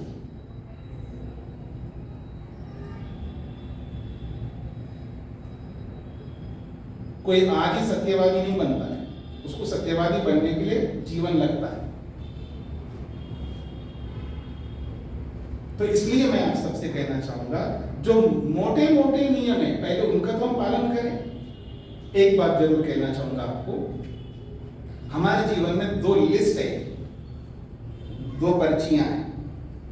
एक पर्ची, एक लिस्ट वो है जो ये करना चाहिए, ये करना चाहिए, ये करना चाहिए, ये करना चाहिए, ये करना चाहिए, ये करना चाहिए, वो करना चाहिए, वो करना चाहिए, बहुत कुछ है करने वाले। वो एक ऐसी लंबी लिस्ट है,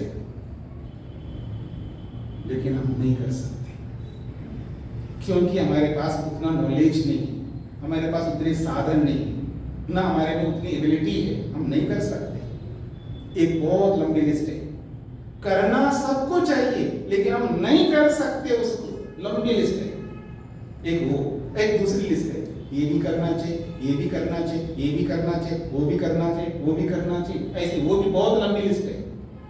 हम कर सकते हैं, हमारे में एबिलिटी है, सामर्थ्य है, हमारे पास उसके लिए उतना नॉलेज है और उसको करने के लिए उतने साधन हमारे पास ऑलरेडी है, लेकिन हम नहीं करते।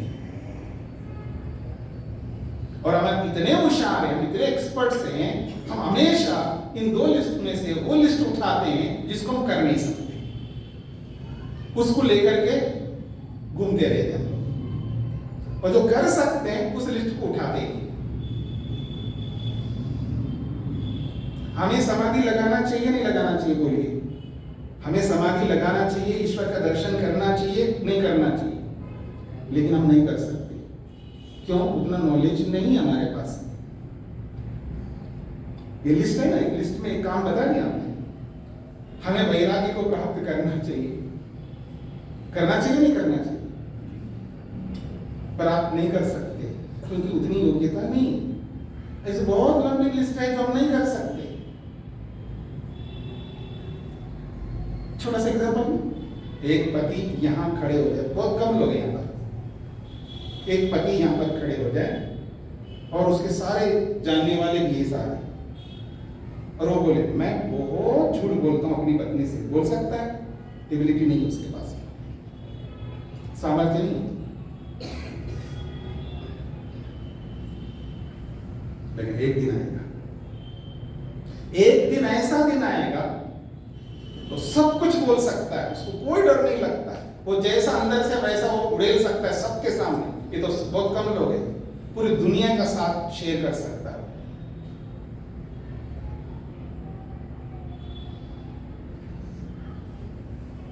तो सामर्थ्य दो प्रकार के होते हैं। एक सामर्थ्य तो हमारे अंदर ऑलरेडी है, लेकिन वो ही नहीं कर रहे हम लोग। और जो सामर्थ्य नहीं है उसके लिए क्या सोचना है? आते मेरे पास में बहुत सारे लोग जी मेरे को समाधि लगवाओ, ऐसा जैसा लगता है कि समाधि कोई ऐसे दिखती हो, मेरी समाधि लगवाओ। हाँ जी मेरा ध्यान लगवाओ जी। ध्यान लगवाने के लिए, समाधि लगवाने के लिए और भी बहुत कुछ ऐसी चीजें करवाने के लिए आते हैं। जब मैं उनसे पूछता हूँ क्या सच बोलते हो क्या, अब वो बोलता है, उत्तर नहीं देता, उत्तर नहीं देता। हम वो पूछते हैं जो नहीं कर सकते, और वो नहीं पूछते जिसको हम कर सकते। जब हम प्रश्न करते हैं अपने से बड़े लोगों से, हम वो पूछते रहते हैं, बड़ी बड़ी बात पूछते रहते हैं जो हम नहीं कर सकते आज, और वो कभी नहीं पूछते हैं जिनको हम कर सकते। क्योंकि पूछेंगे तो फंसेंगे, पूछेंगे तो फंसेंगे, इसलिए वो पूछते नहीं। वो पूछेंगे उसमें फंस नहीं सकते। ऐसा नहीं होना चाहिए। तो धरातल पर हमको जीना होगा। जो युधिष्ठिर का रथ जो है ना, वो धरती से ऊपर चलता था ना, तो हम सबका रथ जो है ऊपर चल रहा है। हम जापान में जी रहे हैं, उसकी जो जापान की ट्रेन के पहिए जो है उसके नीचे पटरी से थोड़ा ऊपर चलते हैं, ऐसे जी रहे हैं हम। तो धरातल पर आ जाइए, थोड़ा सा जमीन पर आ जाइए, अपने आप को देखिएगा। अपना निर्माण जितना हम कर सकते, अपना निर्माण कुछ करिए, जितना हम कर सकते उतना निर्माण करते हुए हमारे निकटस्थ जो भी है हमारे लिए, उनके लिए आप दिखाइएगा। बोलिए कम और दिखाइए ज्यादा। जीवन दिखाइए, अंदर का इंटरनली जो लाइफ है, हमारा अंदर का जो लाइफ है वो दिखाइएगा। कल बताऊंगा आपको अंदर का लाइफ कैसा होता है। ठीक है, इस एपिसोड को ही रोक दे। हाँ आप पूछिएगा जिनको जो पूछना है। इंसान में औरत को मर्द को जो भी है जिंदगी पर ब्रह्मचर्य पालन करना चाहिए, क्योंकि ईश्वर का अनुभव तभी हो सकता है। पुराने जमाने में क्या है, संतान का कंटिन्यू करने के लिए राजा और वीर का विनियोग करते थे। वो भी कैसे मालूम है, पति पत्नी के पास जाकर उसका इच्छा शक्ति से ही उसका वीर्य को उसका अंडाशय में डालता था। जैसे टेस्ट ट्यूब में वीर्य अंडा जाता है, ऐसे उसका इच्छा शक्ति से ही डालता था। आजकल के जमाने में लोग पशुओं की जैसा लैंगिक क्रिया कर संतान उत्पत्ति करता है। जैसे कि तापस लोगों को मालूम पड़ता है। ठीक है, रुकिए। आपका प्रश्न ये है कि सुनिए, पहले सुन लीजिए। आप जो पूछना चाहते हैं, आपका और एक बोलता हूँ, आप कल बोल रहे थे ईश्वर स्वयं है, उसको कोई भी सृष्टि नहीं किया है। ऐसे ही जीव भी स्वयं है, जीव को भी कोई भी सृष्टि नहीं किया है।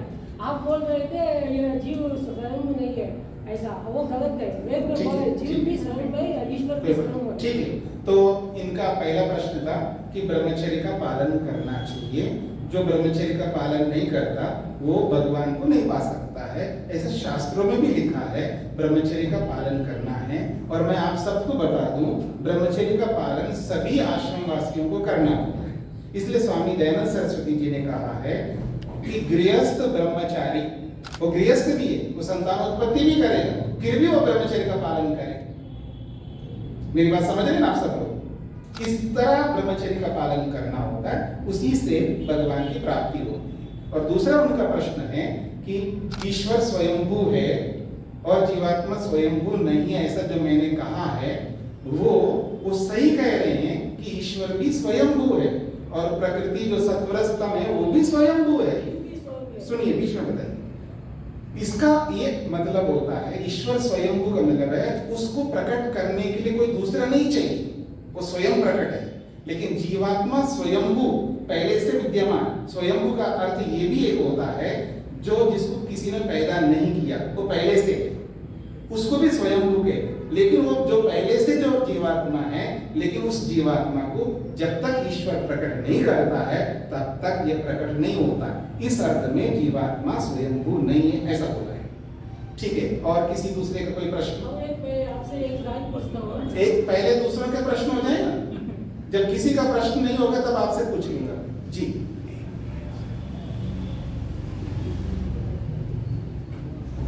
जी जी। स्वामी जी, कल आपने दूसरों से एक्सपेक्टेशंस और अपेक्षाओं की बात की थी। अपने आप से भी कुछ अपेक्षाएं रहती हैं जहाँ पे हम कंफ्यूज रहते हैं जी।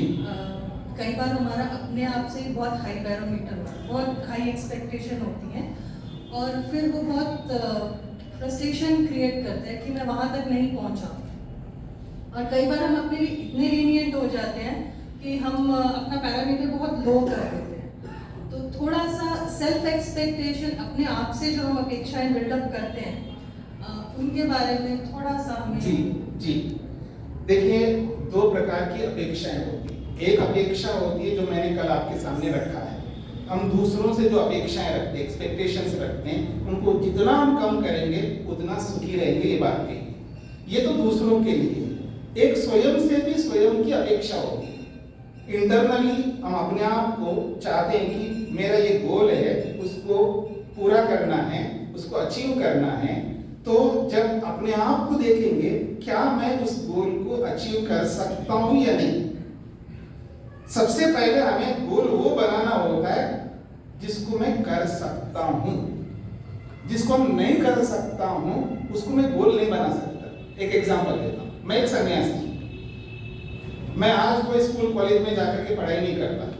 मैं ये एक्सपेक्टेशन रखूं अपने आप से, तू भी यूपीएससी को क्लियर कर सकता है, और तू भी एक आईएएस बन सकता है, एक आईपीएस बन सकता है, तू भी एक आईआईटीएन बन सकता है, तू भी एक एम्स में एंट्री कर सकता है।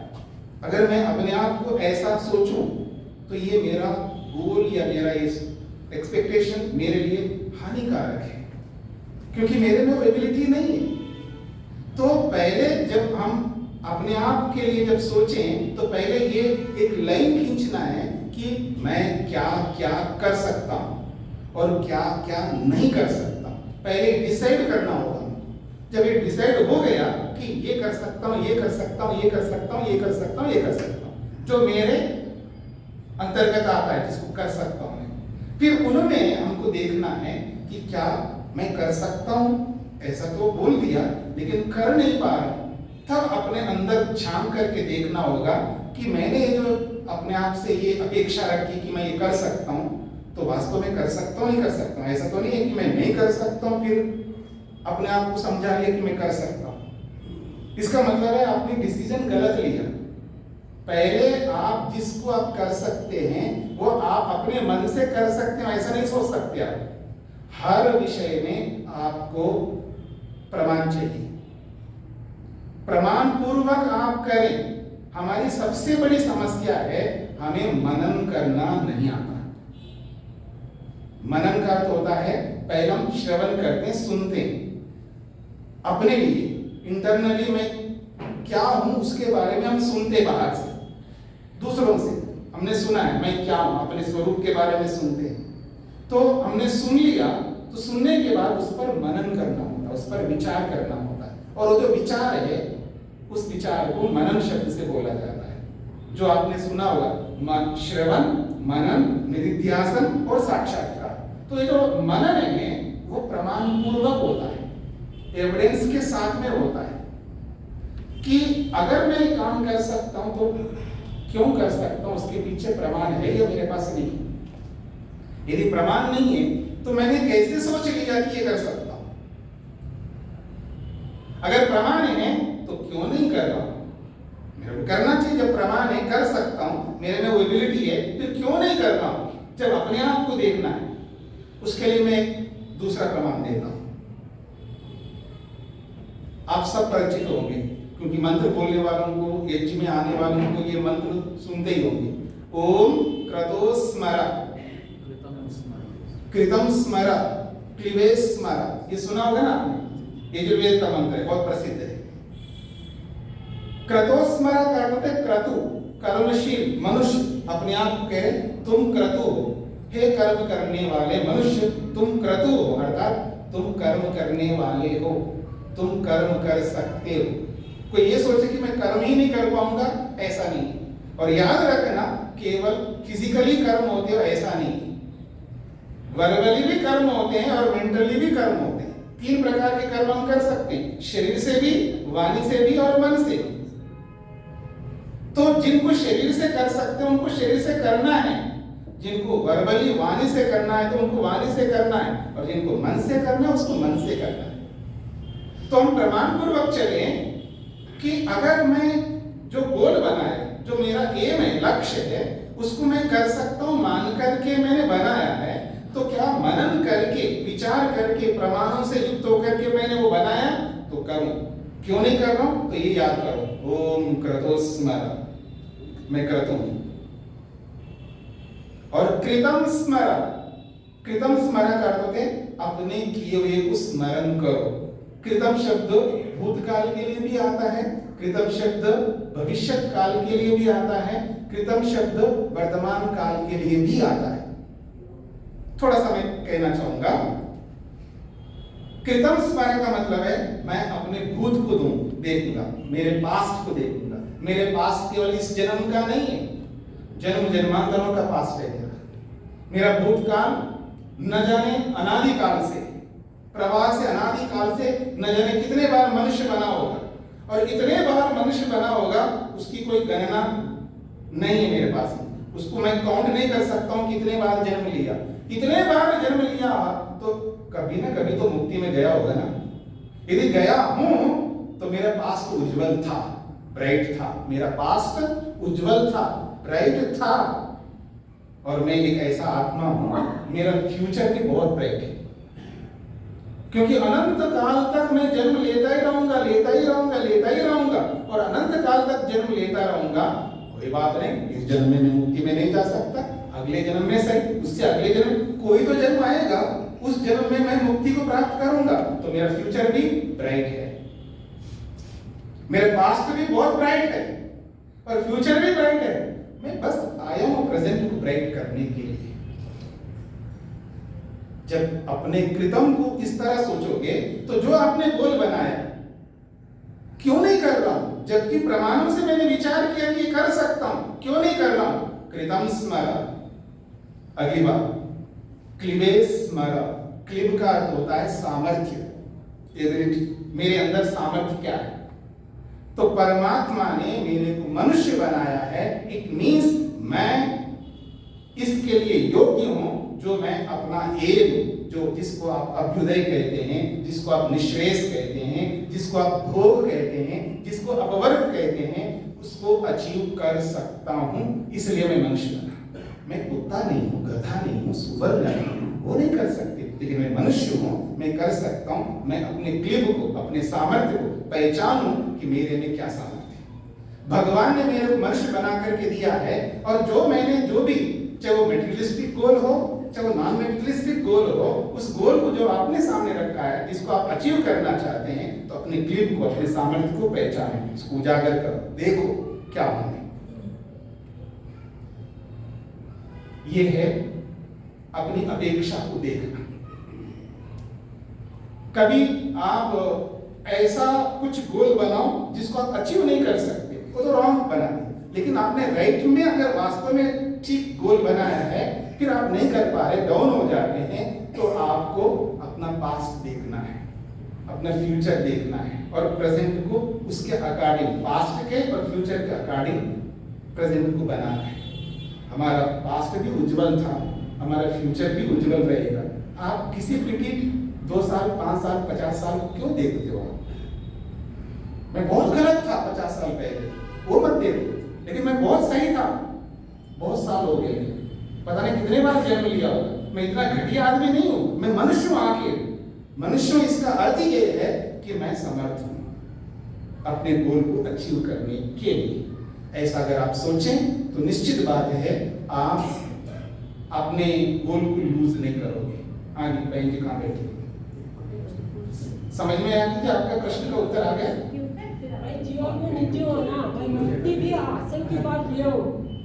क्योंकि मैं जीवात्मा नित्य हूँ, मैं अनादि हूँ, इसलिए मैं मुक्ति भी आसन की बार मुक्ति भी हूँ, आगे भी आसन की बार मुक्ति लेता हूँ। यही क्योंकि नित्य का अर्थ वही होता है। आपने बोला एक बार नहीं, आसन की बार मुक्ति सभी जीवात्मा भी आसन की बार मुक्ति लिया है और आगे भी लेता है, क्योंकि जीवात्मा नित्य है, क्योंकि उसका आदि भी नहीं है, वेंड भी नहीं है, अनादि और आनंद। ठीक है जी। हाँ जी, आचार्य जी, एक प्रश्न था कि अपेक्षाओं की निम्न और उच्च सीमा का मापदंड क्या है? देखिए अपेक्षाओं का मापदंड जो है हर पर्सन के लिए अलग अलग है। मान लीजिए कोई प्राइम मिनिस्टर है, उसकी अपेक्षा अलग प्रकार की होंगी, सन्यासी की अपेक्षा अलग प्रकार की होंगी, एक टीचर की अपेक्षा अलग प्रकार की होंगी, ठीक है ना। हर व्यक्ति की अपेक्षा अलग अलग होंगी। तो आप अपने आप में जो है उसको ध्यान में रख करके आपको स्वयं उन अपेक्षाओं की सीमा बांधना होगा। एक लकीर में नहीं खींच सकता, सबके लिए इतनी अपेक्षा रखना है। जैसे उदाहरण के लिए मैं आपको देता हूँ, अपरिग्रह का पालन करना है हम सबको अपरिग्रह का पालन कराता, अनावश्यक विचारों और अनावश्यक वस्तुओं का संग्रह नहीं करना। इसकी सीमा क्या बांधेंगे? नहीं, आवश्यकता तो आप जितना बढ़ाओगे आवश्यकता बढ़ती जाएगी। वो आवश्यकता है, कोई सीमित नहीं है। अब मान लीजिए कोई प्राइम मिनिस्टर है, उसको कितने ड्रेस रखने चाहिए? कपड़े। जैसे मैं हूं, एक सन्यासी हूं, मैं वास्तव में 2 ही ड्रेस रखता हूं, एक अभी पहना हूं, एक धुला हुआ है, ठीक है ना, 2 ही है। चाहे मैं ट्रेवल करूं जहां रहता हूं, 2 ही होते हैं। लेकिन मैं ये नहीं कह सकता आपको भी 2 ड्रेस ही रखना चाहिए, ये कोई बुद्धिमत्ता नहीं है, क्योंकि आपकी अलग प्रकार की अपेक्षा है। इसका ये मतलब नहीं है कि आप 500 1000 ड्रेस रखो, इसका ये भी मतलब नहीं है। इसका ये भी मतलब नहीं है कि आपको 2 ही ड्रेस रखना है। आपको देखना है कि आप जितने रखने से आप अपने कर्तव्यों को पूरा कर सकते हो। क्योंकि आदमी जब परिग्रह करता है, कलेक्शन ज्यादा करता है, उसके पास टाइम कम होता है कर्तव्यों को निभाने के लिए। इसलिए अपने सारे कर्तव्यों को निभाते हुए आप रखो ना, 10 जोड़ी रखो, 15 जोड़ी रखो, 20 जोड़ी रखो, समाज में आने के लिए एक जोड़ी अलग रखो, शादी के लिए अलग जोड़ी रखो, बर्थडे के लिए अलग। किसने मना किया आपको? इसका मतलब ये नहीं कि आप उस चक्कर में आप अपने कर्तव्यों को भुला देते, ये हानिकारक है। तो अपेक्षा आपको खुद को बनानी होगी। जितनी अपेक्षा रखने से आप शांति से आपका लाइफ चल रहा है, उतने रखो ना, ऐसी सीमा बना सकते हो। जी हाँ जी,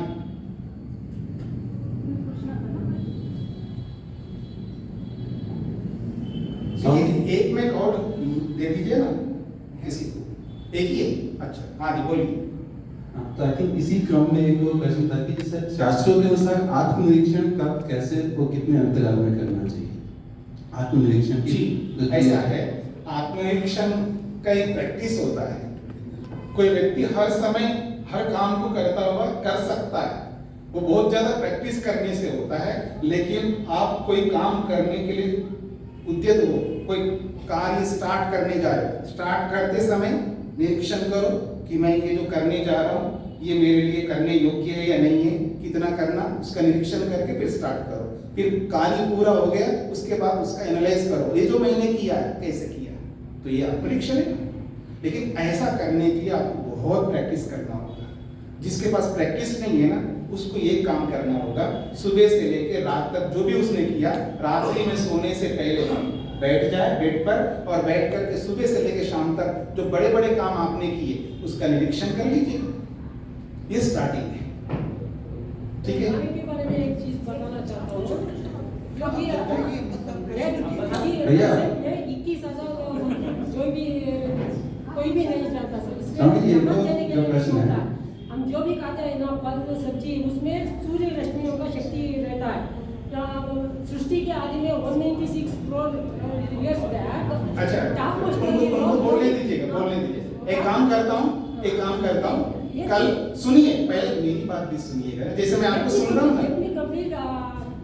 Let me complete. सृष्टि के आदि में टापोस योगी लोग योगिक क्रिया कर सूर्य से शक्ति लेते थे। वो लोग हमारे जैसे खाते नहीं थे। रामायण के काल में हरा सब्जी और फल खाते थे, क्योंकि आध्यात्मिक साधना में सात्विक वृत्ति होनी चाहिए, इसलिए हरा सब्जी और फल खाते थे। महाभारत के टाइम पर उबालने का सिस्टम आ गया। अब उबालने से अब आप बात बढ़ाते जा रहे हो ना, बहुत जा रहा है। कब कंप्लीट करोगे? समय हो गया है ना आपका। 90% चल जाता है। खाने की चीज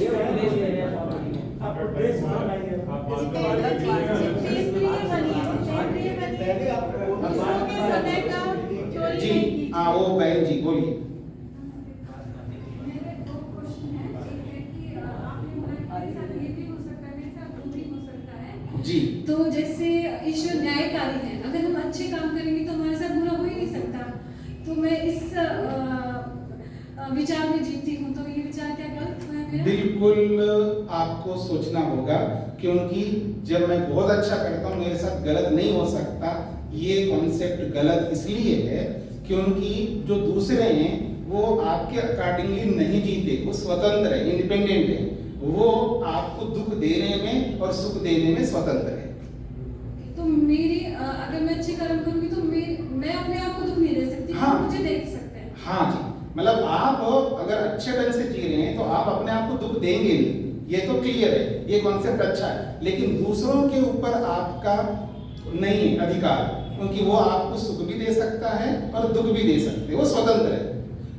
ये हमको पहले से सोचना है कि पति यद्यपि मेरा पति है, पत्नी मेरी पत्नी है, माता पिता मेरे माता पिता है, बच्चे मेरे बच्चे हैं, मेरा मित्र है, ये सब मेरे अपने होते हुए भी दिमाग है, मन है, कब फिर जाए वो मेरे साथ अच्छा भी कर सकते हैं, और जब अच्छा करेंगे स्वागत है, करेंगे, और जब वो बुरा भी कर सकते हैं, छोटा बुरा हो बड़ा बुरा हो वो भी कर सकते, उसको करने में भी वो स्वतंत्र है। जब वो करेंगे आपको माइंड नहीं करना, क्योंकि पहले से आपको पता है।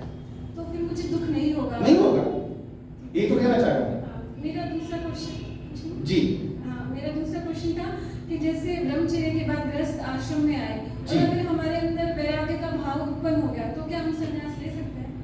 ऐसा है कि वैराग्य अलग अलग प्रकार का होता है, लेकिन जिस तरह का वैराग्य योग ने बताया वो वैराग्य हो जाए ना तो आपको पूछने की आवश्यकता नहीं पड़ेगा, अपने आप वैराग्य आप ले लेंगे। और आपको कोई आपके जो घर के आपके निकट के, आप मैरिड हैं हाँ। तो आपके पति भी कुछ नहीं बोलेगा। वो स्थिति अगर नहीं आई है, नहीं, अगर जिसमें मैंने अभी दूसरे बच्चे को जन्म दिया है तो 5 साल तक माता का कर्तव्य होता है उसको पालन करना। जी। तो 5 साल के बाद क्या मैं संन्यास ले सकती हूँ? नहीं ले सकते, ये तो मैं कहना चाह रहा हूँ। संन्यास लेने के लिए जो वैराग्य चाहिए वो आपके अंदर वो आएगा नहीं। वैसे वैराग्य एक अलग प्रकार का होता है, उसका एक अलग कंडीशन है। कई बार मेरे पास बहुत सारे लोग आते हैं, आपकी तरह बहनें भी आती हैं और भाई लोग भी आते हैं, जी मेरे को वैराग्य हो गया, आ गया हूँ। अच्छा, आपकी पत्नी क्या करती? ये करती। बच्चे ये कितने बड़े हैं? कोई 6th में पढ़ रहा है, कोई 10th में पढ़ रहा है, कोई 12th में पढ़ रहा है। तो मैं उनको एक काम करो, आपको वापस घर जाना चाहिए। मुझे मेरे को वैराग्य हुआ। हाँ नहीं, बिल्कुल हुआ, लेकिन जैसा आपको वैराग्य हुआ है वो वैराग्य इसके लिए इनफ नहीं, पर्याप्त नहीं है। लेकिन जो पर्याप्त वैराग्य हो जाएगा ना, आपका 2 दिन का बच्चा भी क्यों ना हो, आप छोड़ करके आ सकते हो। लेकिन वो वैराग्य नहीं हुआ तो आप छोड़ नहीं सकते, क्योंकि मैंने अभी ईश्वरीय व्यवस्था बताया। अपनी रिस्पॉन्सिबिलिटी जो आपने ली थी उसको कंप्लीट किए बिना, उसको पूरा किए बिना आपको वैराग्य वैसा नहीं हो सकता। अगर हाँ आपको वैराग्य होगा तो वो चंद दिनों में ऐसे वैराग्य नहीं होता। वैराग्य का बेस बनता है पीछे से, वो बेस बनते बनते बनते बनते बनते बहुत समय लेता है वैराग्य का। फिर वो कभी ऐसा उभर करके आता है, तब आप क्या हो कोई फर्क नहीं पड़ता। किस स्थिति में आपको फर्क नहीं पड़ता। जैसे महात्मा बुद्ध को हुआ था, उसने शादी की, उसके छोटे छोटे बच्चे, लेकिन जैसा उसको वैराग्य हुआ ऐसे स्तर का वैराग्य अगर आपको हो जाए ना, मैं स्वयं कहूंगा आपको ले लेना चाहिए। पर वैसा होता नहीं, वो पता लगता है। तो उतने तक वेट करो, बच्चों का निर्माण करते जाओ, अपने वैराग्य को बढ़ाते जाओ। ठीक है जी? मैं आपको हतोत्साहित नहीं करना चाह रहा हूं, मैं ये कहना चाह रहा हूँ उस वैराग्य को बनाए रखिएगा। उस वैराग्य को बनाए रखते हुए आप उनके लिए जो कर सकते हो आपकी रिस्पॉन्सिबिलिटी करते जाइए, इधर वैराग्य को बढ़ाते जाइए। एक दिन जरूर आएगा आपके अंदर इतना वैराग्य हो जाएगा आप मेरे क्या किसी से नहीं पूछोगे, और अंदर ही आपके अंदर योगी उपाध्याय बनता है। वो योगी आपको सिखा देगा, वो वैराग्य आपको सिखाई देगा, आपको किसी से पूछने की जरूरत नहीं पड़ेगी। वो स्थिति आने तक वेट करिएगा थोड़ा सा। जी पंडित जी नमस्कार जी। मेरा सवाल 2-3 सवाल से जुड़ा हुआ है। आपने कहा कि हमको गोल ऐसा सेट करना चाहिए जो मेरे सामर्थ्य के अनुसार है, और हम ये भी जानते हैं कि मनुष्य के पास बहुत सारा सामर्थ्य, कई बार हम उसको पहचान नहीं पाते। तो अगर मैं गोल ऊपर नहीं रखता हूँ तो फिर वो सामर्थ्य कभी मेरा बाहर हो जाकर कैसे हो सकता होगा? हाँ, आपकी बात बिल्कुल सही है। मेरा कहने का ये बिल्कुल अभिप्राय नहीं है कि हमारे को बड़ा गोल नहीं बनाना चाहिए, बनाना चाहिए, पर उन बड़े गोलों को अचीव कर, बड़ा गोल तो एक ही होता है, उस बड़े गोल को अचीव करने के लिए पहले छोटे छोटे गोल को पार करना होता है। उनको पार करते उस गोल को रखना चाहिए। जैसे एक आदमी अभी अभी गृहस्थ में गया, ठीक है ना, अब उसको गृहस्थ का जो भी करता है उसको पूरा करना है। वो बोल मैं गृहस्थ में रह करके आज मैं दर्शन भगवान का साक्षात्कार करूंगा, समाधि लगाऊंगा, मैं कहूंगा वो लगा ही नहीं पाएगा। तो ऐसा गोल क्यों बनाओ? जो हो सकने वाले गोल को बनाइए ना। आप ये गोल बना सकते हो कि मैं गृहस्थ आश्रम में अभी एंट्री किया हूँ और गृहस्थ में जो भी मेरे गृहस्थ के कर्तव्य है उनको पूरा करता हुआ इंटरनली मैं ऐसा एक अलग रास्ता बना करके मेहनत करता जाऊंगा, और जैसे ही मेरी रिस्पॉन्सिबिलिटी पूरा तुरंत ऐसे निकल जाऊंगा जैसे याज्ञवल्क्य निकल गए थे। ऐसा इस तरह का गोल बनाइए ना। मेरा तात्पर्य बिल्कुल नहीं है कि बड़ा गोल नहीं बनाना चाहिए, हमेशा मनुष्य को बहुत बड़ा गोल बनाना चाहिए, लेकिन उस बड़े गोल को अचीव करने के लिए पहले छोटे छोटे गोल को अचीव करके देख लेना चाहिए। ये मेरा तात्पर्य। ठीक है जी। थोड़ा अपने शब्दों में गृहस्थ के नियम नहीं सबको पता है, संक्षेप में नहीं बताऊंगा, समय नहीं हमारे इन पास। गोल्स को साधारण शब्दों में रियलिस्टिक गोल्स भी कह सकते हैं। अब वो आप कुछ भी बोल सकते हैं। ध्यान करो, ठीक है, मेरे को कोई आपत्ति नहीं, मतलब मेरा काम ही है ध्यान करवाता हूँ। थोड़ा सा आप लोग खड़े होकर के थोड़ा रिलैक्स करना पड़ेगा अपने आप को, थोड़ा हाथ पाँव हिलाइए, थोड़ा शरीर को थोड़ा रिलैक्स कर लीजिए, ताकि फिर मैं बिठाऊंगा तो फिर हिलना डुलना नहीं बैठ करके।